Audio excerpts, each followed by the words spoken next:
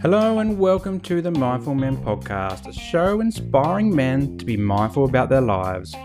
Each week, we'll dive into a range of topics that matter to men and hear from everyday people doing extraordinary things. So if you love the show, please give it a 5-star rating and share it with your mates.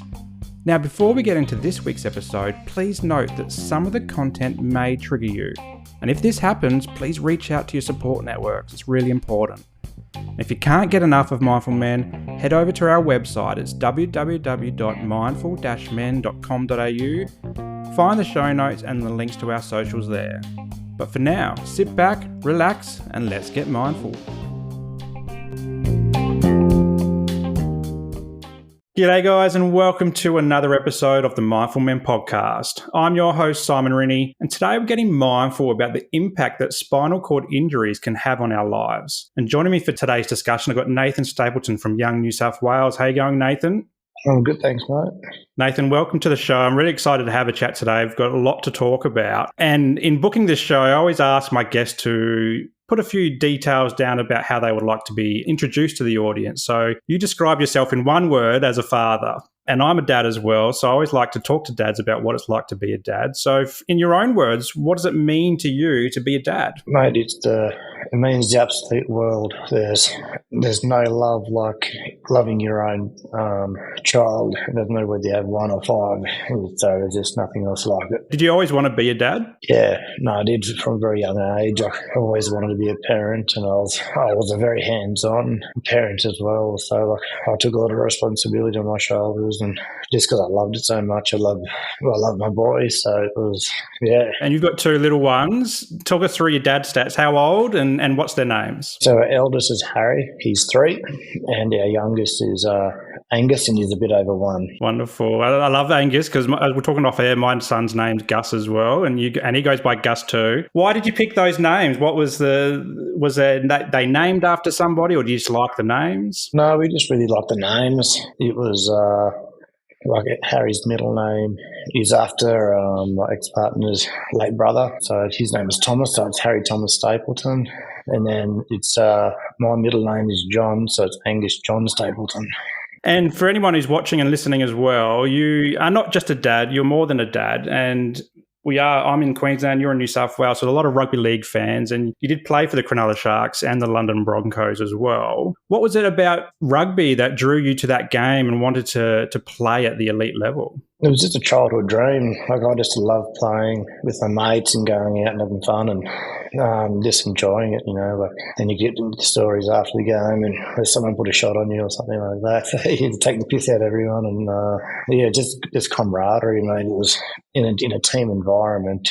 I really enjoyed. Was rugby the only choice you had, or did you have a few sports to pick from? I did have an opportunity to go to rugby union, but at the time I was playing first grade for Cronulla, so I didn't feel the need to go anywhere. And what was it like getting, brought into Cronulla and start playing at the elite level? What was that like? It was very surreal. It was you've played so many games to lead up to your debut, and I debuted on the local derby against St George, which is massive. The Cronulla St George is a big rivalry, and when I debuted at fullback. I think I played 20 minutes of fullback in my whole life. And Ricky Stewart just said, "Stapo, you'll be all right, mate. You just go out and do you." And I was like, "Yeah, no worries, mate." Do you remember much from that first game? Yeah, I remember just running out and I just couldn't believe it. It was just like, it's not very often you get to live your childhood dream out, and I was pumped, I was excited, I was nervous, so many emotions that was all compiled into one. But I had time of my life. It was great. And so, what took you over to play for the London Broncos? What was that drive for? Well, mate, to be honest, I had a career riddled with injury, which is ironic. That's where I am now. But so I was actually at the Sydney Roosters, and I said to my partner at the time, I said, one more serious injury and that's it, I'm done. And anyways, I played, I was meant to play first grade for the Roosters, and I hadn't played. I was only 8th man for about 8 weeks. And I remember saying to Trent Robinson, I said, mate, I don't know if I can last the whole game of first grade. I need to get at least 40 minutes in, or 20 minutes anyway, a bit of game time. And I was only going to play the first half, and then in that time, the back end of the half, I went to knock down a ball, and my arm got tangled up with the other player, and tore my pec off the bone.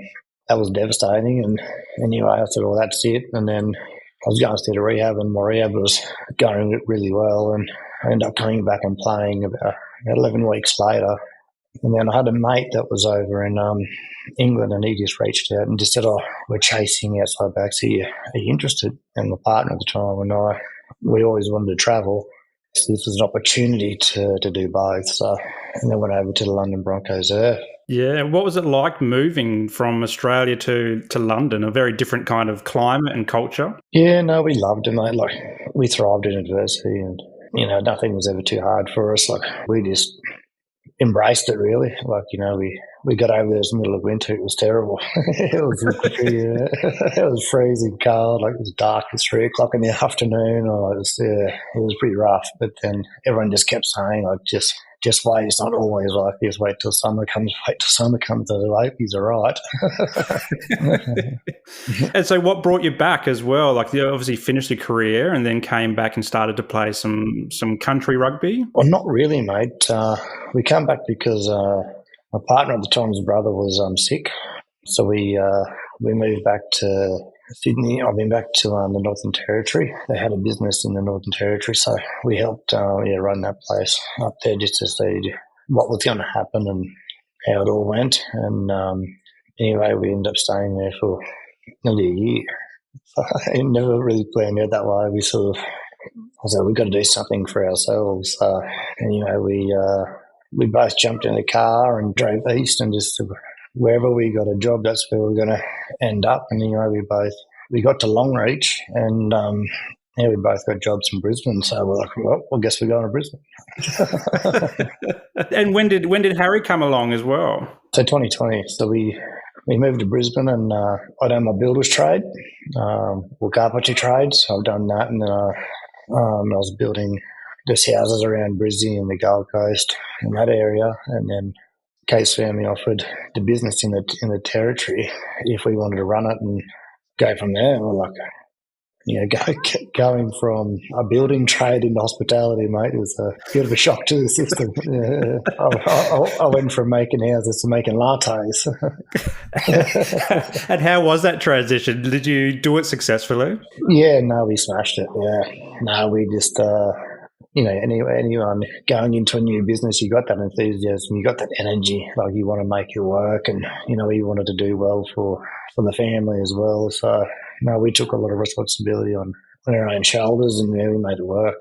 And so fast forward to April 2022, it's not that far away, it's not that long ago, and you're playing country rugby and you had a game injury essentially where you broke your neck. Can you share us a bit about this story and what happened and on the day of the event, and then also in the couple of days afterwards as well? So Kate's brother and I had always joked around how we just wanted to play one game with each other before we retired. Obviously, I could never play because I was contracted and risk of injury and, all that sort of rigmarole. Anyway, we were living at a little place called Frogmore, which is not far from Young, and we were all living on a farm there together, and we just renovated our own little cottage, and it was a big job. Anyway, I didn't really want to go. I wanted to sort of sit back and finish the house because it was just never ending. Anyway, and then Kate's mum had a little buggy, and it broke down. So I was under the buggy, mucking around, a bit of dirt went in my eye, and anyway, I sort of went and washed it out, and I still couldn't see. And then Kate's brother came in and said, "Are you ready to go?" And I was like, "Oh, mate," I can't see. And he goes, "I said, I'll come for a drive anyway." Anyway, so we drove through a little town called Burra, and we called into the chemist there and got some eye drops. And then we drove out to West Wyalong. We actually drove. We'd done a bit of detour, picked up some chooks on the way, as you do. And by the time we got to West Wyalong, I was fine. So I was like, all right, I might as well play. Like, just didn't think anything of it. Like, it was doing a warm-up with the boys and talking shit. Just the usual. And then, we started playing and we were killing it. We were, probably 3 or 4 tries up, and I don't actually remember the incident, mate. Like, it's a bit blurry for me, but all I know is that I'm not sure if the ball had come loose out of a ruck and I just dived on it, and I couldn't tell you, but it was a lady, Louise McCabe, and she was an RN, and she actually played the game before I did, and she was just about up in the shower, and her husband called her and said, "I got you a nursing uniform." And then that's literally the only reason why I'm still here is because her uniform wasn't at the game. Otherwise, she would have been in the shower, and then that would have been the end of it. And so when the injury happened, there was a period of time where you were unconscious. Were you pronounced dead as well on site? Yeah, I was pronounced dead for 16 minutes. For anyone who was around, both the players, the people on the sidelines and your family and all that, that would have been 16 minutes of hell, I can imagine. Oh, it was a lot of stressed people, that's for sure. And do you remember coming to and what happened then? No, I vaguely remember sort of coming out of it. It's just like I had a massive hangover. I was still blurry and I couldn't really hear properly. How long did it take for the ambulances to get there? What was that process like? I was fairly lucky in terms of the ambulance. Obviously, it took longer than 16 minutes, but it was probably 20, 25 minutes, I suppose, before the ambulance got to the ground and intubated me and took me to the West Wallen Hospital, and they got the Royal Flying Doctor chopper, and then I got choppered to Prince of Wales. I went to Royal North Shore, then I had surgery. Yeah, and at what point did you know that something wasn't quite right, that you'd done a fair bit of damage? No, it probably wasn't until probably a week after I woke up, because I was so I was on that many conceivable drugs, and there was pipes coming out everywhere. I couldn't talk anyway because I had tube down my throat, and it was grim, mate. I'm not gonna lie, it was the worst day of my life. And obviously, Kate was there by your side when this was all happening, was she? Yeah, so she wasn't at the game. She decided to stay home, but then her brother called her and said, "You need to get to Sydney," and so she was there from pretty much day one, yeah. Yeah, and she was quite pregnant from what I understand at the time with Gussie. Yeah, she was 7 months pregnant, so not ideal. I can imagine a lot of body and mind stress going on at that time. Yeah, that's right. And as guys, we try not to make the pregnancy about us, but all of a sudden there was a whole lot of focus on you. That's right. And knowing that Gussie was about to be born a couple of months later, what was going through your mind then, in the lead up to his birth? Well, it was mixed emotions, mate. It was, I suppose you could call it bittersweet, because I knew that I was doing all I could to make sure I was at the birth. The Women's Hospital, which is next door to Prince of Wales, they were fantastic. They accommodated us and bent over backwards, and they wheeled me into the room. It was quite remarkable what they did to make sure I was there for the birth. And what was it like holding Gussie for the first time? When they sat him on my chest, it was emotional. It was a beautiful boy. And what about Harry? How did he take it? Because all of a sudden he's the attention's not on him anymore. Yeah. He's got someone to compete with. No, that's right. He at first he was all right. Harry's such a caring boy, though. He's truly amazing, and but yeah, the attention side of things he was struggling with that because it was always Harry's world, and then all of a sudden there's Gussie there, and he's like, "Well, what about me?"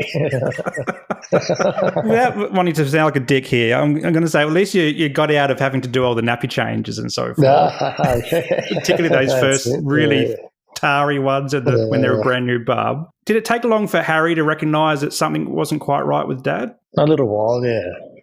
He didn't understand why I was in a chair and all that, yeah.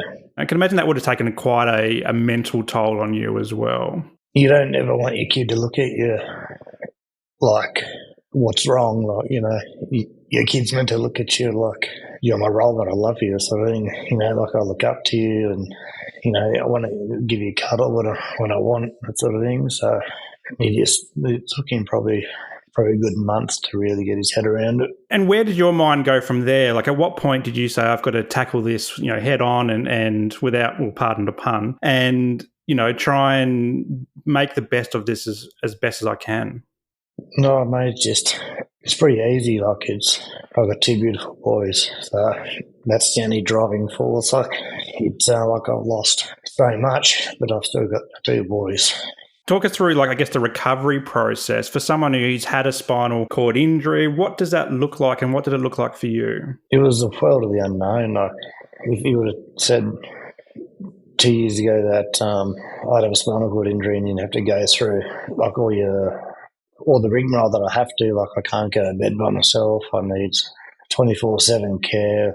I need someone to feed me, shower me, everything. Like, it's something that you wouldn't even think of. People just go about their daily lives. They complain about just materialistic shit, and it frustrates me because, like, they think they're having a bad day. Like, try and live a day in my shoes and you'll know what a bad day feels like. Did you have to do any rehab or anything like that? What did that look like? Yes, I've done a little bit of rehab at the Prince of Wales. I've actually not long just come back from the Gold Coast at Making Strides, which was absolutely fantastic.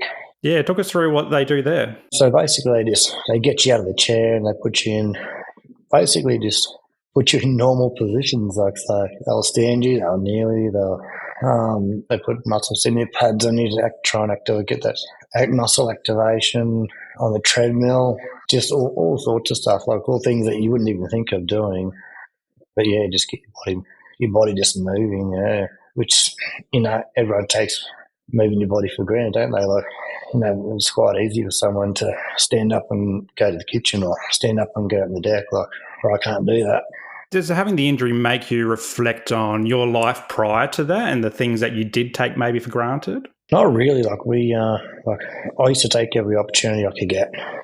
I'm not saying that when I was younger, because I was a bit of an idiot when I was younger, but from 25 on, any opportunity that sort of come, I grabbed it and ran it with both hands. And so I'm interested, as you're doing the rehab and months and months have gone since the injury, what was the toll on your family, particularly your wife and your kids? Like, did you notice the toll, or what was that looking like for you guys?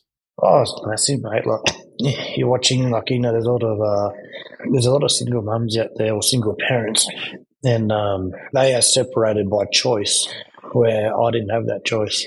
Like, unfortunately, I'm in a position where, it's not great, and the toll, it was, watching Kate go through and bringing the boys up by herself and having to do everything that most of it I was doing when I was able, and it's all right with one, but having two young boys, but, we were very blessed. Like, Kate's mum, she really helped us out. Like, she was a godsend. Like, she was incredible. So.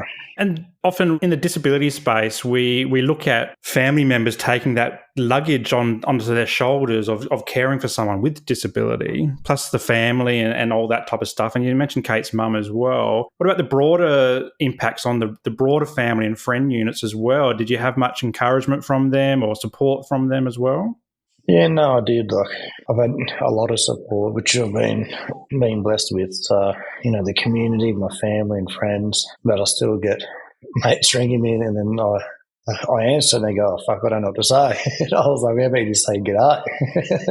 Yeah. Like, not hard, because people no, it's quite funny. Like, people think that because you're in a wheelchair that you're mentally impaired, and it's just like, no, I'm still the same person mentally. It's just physically I'm not. Is it hard, or do you identify with the word disability? I know there's a lot of people in this space, I've worked in it for a few years now, that don't like that term. And do you identify with that? Yeah, I haven't got a problem with it, mate. Like, I'm a fairly realistic person. So if I was saying that I'm not disabled, well, then that's clearly a lie. So I don't mind the term. I could understand why some people don't like it. But yeah, I'm not too fast. And so talk us through a day in the life of you, like what kind of supports you need to get through a standard day. So I have 2 carers of the morning, so they'll get me out of bed and they'll do the shower routine. Then they'll put me back to bed, dress me, and then they'll put me in the wheelchair. And then I'll get up and have a coffee, and then I'll get back into work. So I work for a really good family friend, and they've been instrumental in my recovery as well. So, and they've helped us out with the job. So yeah, so I just work. What's it like going to work? Like, is that important for you to be active in that kind of environment? No, definitely, mate. Mentally, it's, I'll have to do it, otherwise you sit there and you just sort of go a bit brain dead, don't you? Like, I've always wanted to. I was such a physical person going through footy and that. Then on the farm, farm life is very physical, and so you got to be adaptable as well. So coming down and not knowing, mate, I was flat out trying to turn a computer on. So now that's my life. Like, I just sit in front of a computer all day. And have you found like the business has been really accessible and able to adapt things to suit you and to enable you to do your job? Yeah, no, they've been fantastic, mate. Like, they understand my situation and understand things pop up, so they're fantastic. I can't thank them enough. There's this thing called the National Disability Insurance Scheme, and I'm assuming that you're part of that. I have spoken to Perry Cross recently and also Dr. Dinesh Palapana, who both had spinal cord injuries, on the show, and we talked about their experiences with the NDIS so far. Have you been engaged with that kind of scheme? And if so, how has that turned out for you? Yeah, so when we were in hospital, everyone just kept telling us, get ready to go to battle, get ready to go to battle, it's going to be a battle. Anyway, so we've gone in expecting a war, and I think there was a change in the NDIS where they actually got assigned a caseworker, which was instrumental. Like, it was just made the whole system go so smoothly, and we had a caseworker, and she just focused on my plan, and they were great. I guess that's enabled you to access things like the wheelchair and other assistive technology too. Yeah, that's right, yeah. They helped out with house mods and wheelchair and assistive technology. Do you use much assistive technology? Talk us through what you use. To be honest, mate, at the moment, I'm just using a MacBook Pro, just a computer. It's pretty good. Yeah, no complaints. I really valued this discussion, but I want to touch on, we were talking off air about the impact on family as well. And Kate's been by your side for quite a long time, but how are you guys going as a couple? Are you looking at, is things okay there? Kate and I have been together for 17 years, so we've been through the highs and the lows, and anyway, we've reached the low, and the injury's taken its toll and all that, so we've separated, but we're still living in the same house and making everything amicable just for the boys, and we're doing the co-parenting thing, and which is working out really well. There's no resentment or bad blood there. It's just, it is what it is, mate. Yeah, and that sounds like it's been compounded by the injury and the changes in your life as well. Yeah, definitely. Like, we were sitting pretty, like, we had everything we ever wanted. Like, we had the little place on the farm, the cottage, the chooks, the kids, like the horses. We were content, happy, and all that. And then it all changed overnight. And how are the kids taking that? Do they know what's going on, or they just think that everything's the same? No, we don't. We never fight or argue or raise our voices or anything like that. Like, it's we are big believers in discussions rather than arguments. And so the kids don't. Well, one, they're too young to actually know what's going on. But two, we don't want them to create an environment where they do feel upset and they want to know, oh, what's wrong with mum, what's wrong with dad, sort of thing. Like, we're just trying to make it just even across the board. It sounds you said the word amicable before, and that's something that's quite uncommon, I guess, in when relationships do break down, and particularly because of things like disability. What about the broader family as well? You mentioned that her mum was quite a saviour as well at one point. Do you still have that support from them as well? Yeah, definitely. Kate's got a lot of support from her family. Like, she's got, 2 brothers, and then the mum's over there as well. So, they're always taking the kids. And Kate's brother's got 3 kids, and Harry and Angus just adore them. So it's like free babysitting. Take it while you can. That's lovely. What about support from the broader footy family as well? Do you still hear from your former teammates and coaches and stuff like that?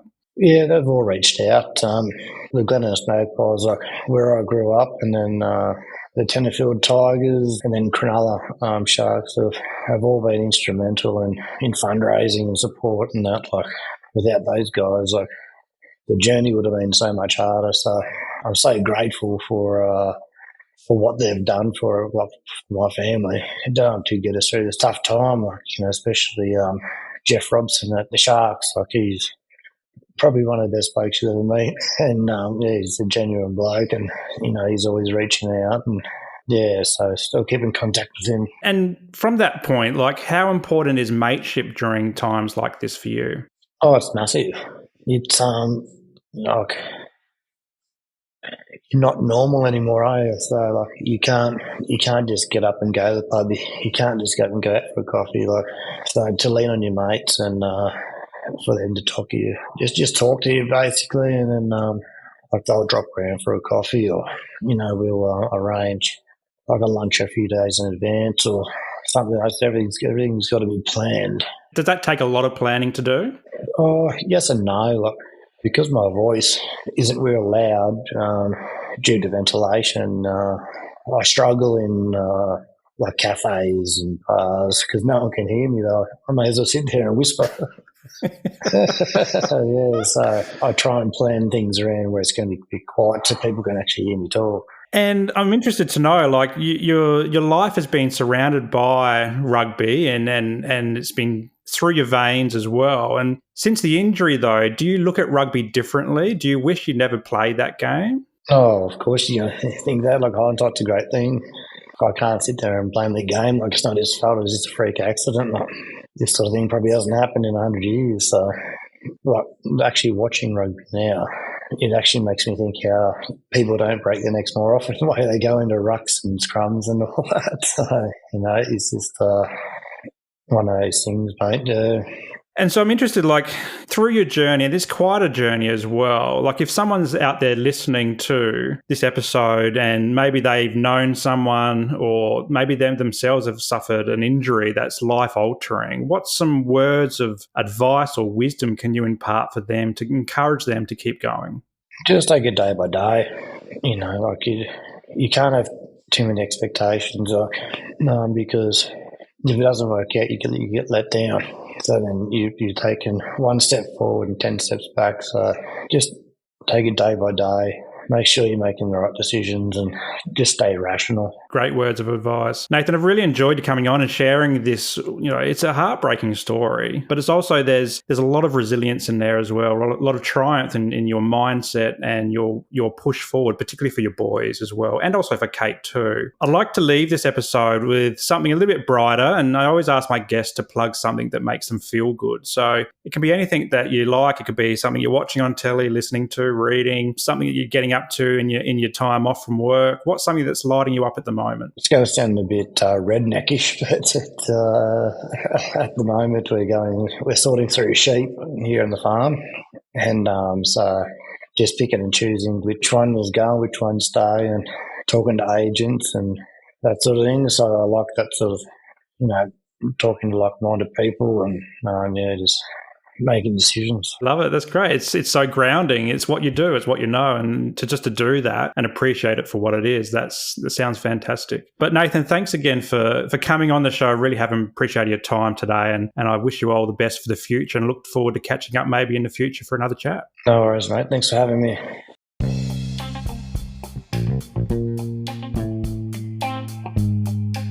Well, that's a wrap for today's episode, and I hope you got some value from it.